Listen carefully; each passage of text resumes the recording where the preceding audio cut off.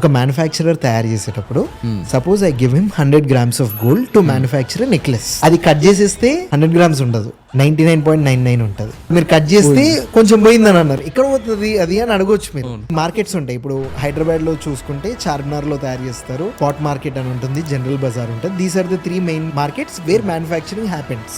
ఈ మార్కెట్స్ లో ఇప్పుడు రోజు మ్యానుఫ్యాక్చరింగ్ యూనిట్ ఉంటుంది, రాత్రి వాడు కడిగేస్తాడు అనుకుందాం, మొత్తం యూనిట్ అంతా వాడు కడిగేస్తాడు. ఆ వాటర్ ని కొనుక్కునే వెండర్స్ కూడా ఉంటారు తెలుసా. మ్యానుఫ్యాక్చరర్స్ బట్టలు వేసుకొని తయారు చేస్తారు కదా, ఆ బట్టల్ని కొనుక్కునే వెండర్స్ కూడా ఉంటారు తెలుసా.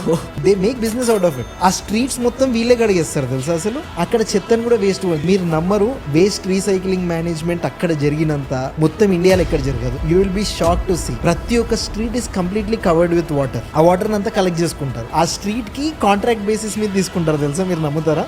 నీట్ గా రిఫైన్ చేసి ఆ గోల్డ్ ని తీస్తారనమాట, దాని నుంచి gold you can get gold out of it.